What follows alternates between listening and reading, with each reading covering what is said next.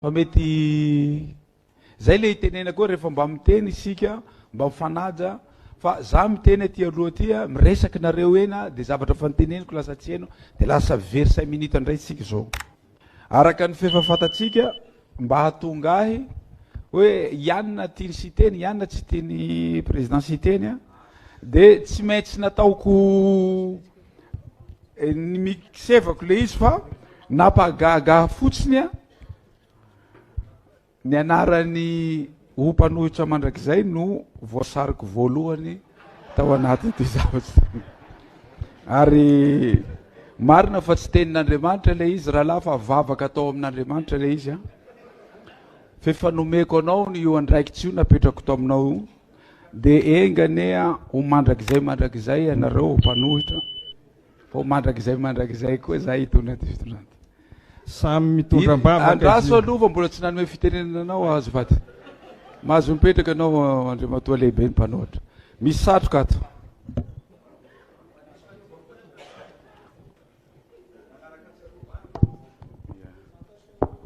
miaraba monsieur le président misaotra name fitenenana satroka président mangavy zahay raha sitraka ao hoe rehefa miteny ohatra andriamatoa filoha fanoherana de mba manaraka anazy fotsiny mba teneny miomana ianina raha fotsiny mba angatana mba iomana nreto fa tsy dimy nolay hoe ianina fa mba anakaray ao arinan'le miteny mba iomanana satria mandeha direct aty de nrehetra vonona daholo zay fa mba le arakaray satria tamin'ny herinandro miandro iandro eo de izy de zay vao taitaitra de somary tsy vonona le équipe raha mba sitraka ao monsieur le président isika fa nisy ady hevitra momba an'iny fefa fantatsy nareo dolo ny fantanina zay apetraky nareo de miomana nareo toko iroso amin'ny fametraha-pantanina isika tompolasy tompo vavy hoe omena ny solombavambahoaka présentation ny ministre fa fantatsika dolo ministre reo de mbola ilana le ministre reo ve de tsy fantatsika oh my gosh ndao ary omevo micro ny ministre tsiraray avy mba anao président ministre ihany rehefa omena micro ny rehetra de omena micro ny rehetra tompoko ndao ary tompoko Fanirso Ernaivo, ministre ny justice, pitahiry ny tompo-kase mpanjakana. Ay zay vao fantatrareo de mba amboarina ny sezan'io Fanirso io mba hipetraka tsara izy amin'ny manaraka fa ohatra mihetsiketsiky izy ao moramora ihany raha mato ministra mba hiangaviana atsika solobavambahoaka zay ministre tsy eo zany mbola ho antsoitsika izy fa lasa lany fotoana atsika raha mato andray fitenenana manaraka mila vonjy Philibert 7e vice-président district ny Ambovombe Androy omena 3 minitra ianao lehibe ny mpanohitra mandrakizay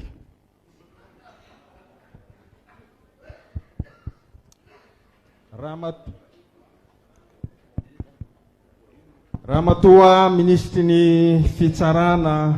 pitahiry ny tombo-kase mpanjakana ankoatra ny fanenjehana ny firongony izay tsy hatorinao andro amanalina dia inona ny tena polikanao hitondranao fanatsarana sy fanavaozana ny tontolon'ny fitsarana eto amin'ny firenena satria ny zavatra hita sy tsapanay dia variana amin'ny fanenjehana ny ataonao asa fitsidihana ny olona efa voafonja aseho amin'ny haino amanjery hatraizany fanajanao ny zon'ireo voafonjareo raha ianao toko hiaro azy no lasa mandika lalàna ao anatin'izay mikasika ny groupe Sodiaty ahoana ny procédure nahatonga anao ministry ny fitsarana hanome any Serge Mbikzovialy hitantana an'io groupe Sodiaty io misy fifandraisana manokana aminao ve io lehilahy io satria somary tovolahy ihany le zalahy indra hatazany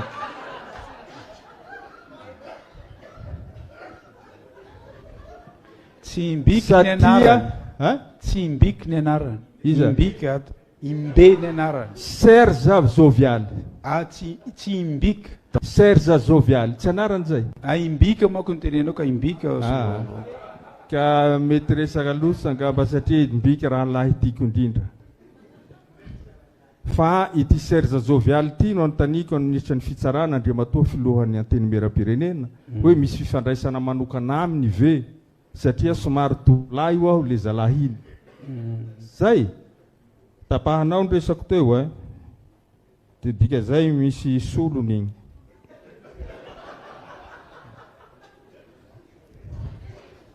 Mitsipaky zany anefa ny groupe Sodiaty. Inona ny fepetra raisy ny fitsarana manoloana izany mba ho fanajana ny lalàna. Betsaka ny halatra natao mikasika ny io fananany groupe Sodiaty io. Betsaka ireo voasoringitra amin'izany na miaramila na agent de sécurité nanao ny fanodikodinana kanefa hatramin'izao mbola tsy nahita ny olona voaenjika na nasehonareo araka ny fataonareo avoaka ny procureur ny première instance igny raha fa misy olona voafonja amin'ny firongony dia avoakanareo dia zahay mba mitaky hoe avoahy ireo olona nandroba rehetra reo zay voakasikin'izay tokony ho enjehiny lalàna koa. Heno fa saotra metraky sorana anao na metraka an'izay fanontaniana zay azo valina anao rehefa avy eo. Kakely izahay hoe solombavam-bahoaka ve izy sa mpisolovava tokorony groupe Sodiaty satria raha le fanontaniana napetrany dia ataoko fa tsy mahasolovava ny vahoaka fa fanontaniana tokony apetraky ny mpisolovava. Tsy maninona nefa fa izahay dia tena tsara ihany koa ny ataontsika hoe fahazahoan'ny vahoaka hoe maninona no misy ny atao hoe administrateur judiciaire. Rehefa misy orinasa anankiray ao ambaniny ataontsika hoe sous le coup d'une procédure judiciaire ka hanaovan'ny fitsarana fanadihadiana anisan'izany ny groupe Sodiaty izay voaroroy ho manao famotsim-bola azo avy amin'ny détournement, trafic d'influence, favoritisme, corruption, bénéficiaire de trafic d'influence et abus de pouvoir, fraude fiscale, extorsion, usurpation de fonction, izany rehetrarehetra izany dia mamaritra ny atao hoe capture d'état. Tsisy tsy mahalala isika teto Madagasikara fa izany olona tompon'izany groupe Sodiaty zany dia nanao ny ampimamba tamin'ny toe-karena rehetra teto Madagasikara. Normal raha ohatra ka nanana société marobe izy izay hiara-ny fanadihadiana ataon'ny fitsarana satria mila jerena hoe tena nandohetra ve izy, tena ara-dalàna ve ny écolage nampandoavin'ny olona izay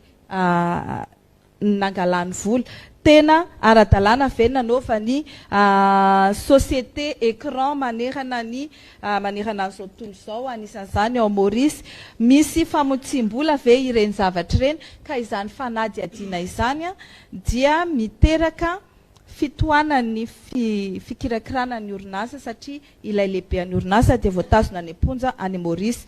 Ka hitantsika tsara fa misy taona ireo orinasa izay tantanin'io olona io dia sahirana amin'ny fandoavam-bola, fandoavana ny karamany mpiasa satria no gazan'ny fitsarana ary tsy maintsy gazan'ny fitsarana ny vola izay ahina ho famotsim-bola. Ka migrevy ny mpiasa hoe tsy voalony karamany. Misy ihany koa ny ayay sao dia hisy détournement indray koa ny vola miditra ao noho izany dia tsy maintsy anendren'ny fitsarana olona hitantana an'izany orinasa izany amin'ny alalany atao hoe désignation d'un administrateur judiciaire. Ny pôle anticorruption sy ny RAI no manao an'izay fanendrena izay ary misy sélection de dossier io. Izay mahasapitsarana an'izay dia olona izay manao compte rendu amin'ny RAI sy ny pôle anticorruption ireny administrateur judiciaire reny fa tsy manao compte rendu amin'ny ministry ny fitsarana ary tsy ny ministry ny fitsarana no misafidy azy. Tsara ho fantatrareo fa tsy ny groupe Sodiaty ihany no niaran'izay fa misy ihany koa ohatra ny Villa Verte izay hôtel ery amin'ny lalan'ny RN1 iny izay maty ny député izay tao anatin'ny Papasolo ngambany izay. De rehefa maty izy de misy fanadihadiana natao mikasika an'izay nafatesan'izay ary nogiazan'ny fitsarana ilay toerana mba hampiodina anazy anefa dia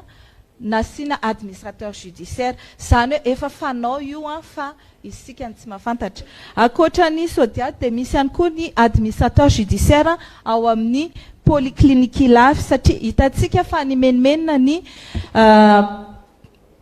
olona izay marary sy ny fianakaviana izay marary tao satria tsy nisy commande na fanafody sy fitaovana afahana manao dialyse. Nefa ny fitaovana manao dialyse dia monopolisé tao amin'izany polyclinique zany. Dia voatery manao procédure lavabe ny RAI sy ny PAC mba hamoahana ny vola sy afahana mitsaby ireo olona dia nasiana administrateur judiciaire izay manana traikefa amin'izany satria dokotera manana traikefa amin'ny fintantanana ihany koa no napetraka ao. Ery ny filohan'ny antenimieram-pirenena hoe filohan'ny mpanohitra mandrakizay aho fa ny zavatra lazaiko ny tenin'ny filohan'ny antenimieram-pirenena tsy tenin'Andriamanitra. Tsy manana fahefana feno izy hamaritra ny hoaviko fa Jehovah Andriamanitra irery ihany no mahalala ny tondrany ahy sy mandamina ny fiainako sy ny hoaviko rehetra fa tsy ny filohan'ny antenimieram-pirenena. Le tena tokony hiteraka polémika angambany dia le hoe voalaza fa nisy voafonja voapozina tao nefa tsy marina izany. Any zany tokony andeha ny débat hoe marina sa tsy marina dia soketaina ny fitsarana sy ny fonja zany no manapozina voafonja dia voaprovintsika fa tsy marina le izy dia tokony tapitra teo ny débat. Ny mikasika ny fonja anankiray indray dia hoe misy voafonja voalaza fa lasa nitsoka tany ivelany nandovola 2,500,000 € amiko zany ireny ny tena hoe grave be zany affirmation zany satria na ilay voafonja zany dia voasiketa ho nanao kolokolo tany amponja ihany koa ary zany ny tena manitsakitsaka ny zon'ny voafonja. Olona efa voafonja ve sy dia mbola anaovana antson'izay lazaina fa mbola nanao kolokolo ivoahana fonja nefa namazo azy ao arany efa mila tsy ho zakany. Afaka mitory tsara ireny voafonja ireny raha ohatra izy ka hitory amin'ny fanasoketana anazy ohatr'ireny. Izahay indray dia voalazany lalàna fa afaka midina amin'ny fotoana rehetra sy any amin'ny fonja rehetra manerana ny Madagasikara amin'ny ministry fitsarananay avy zavatra anankitelo nojerena ao dia ireny nojerena teny nanahoana ny fomba fitazomana ny voafonja voaja ve ny zony afirina ny tazomana anazy ary raha ilaina dia ampahafantarina ihany koa ny mpitsara izay manao ny famitorana azy ireny mba anafaingana ny raharaham-pitsarana ao anatin'ny ara-dalàna tanteraka zany ireny zavatra ireny fa izay nataoko hoe any amin'ny faux débat mandehitsika fa tokony andeha hanao débat amin'izay zany ny olona zao hoe iza le nanelitsao ary iza le nanankirotan-tsaina ary nanitsakitsaka ny zon'ireo voafonja izay lazaina fa nanao kolokolo na hoe voapozina ary misy ary moa dia nozona ho faty mihitsy hoe maty nisy nanapozina nefa izy dia mbola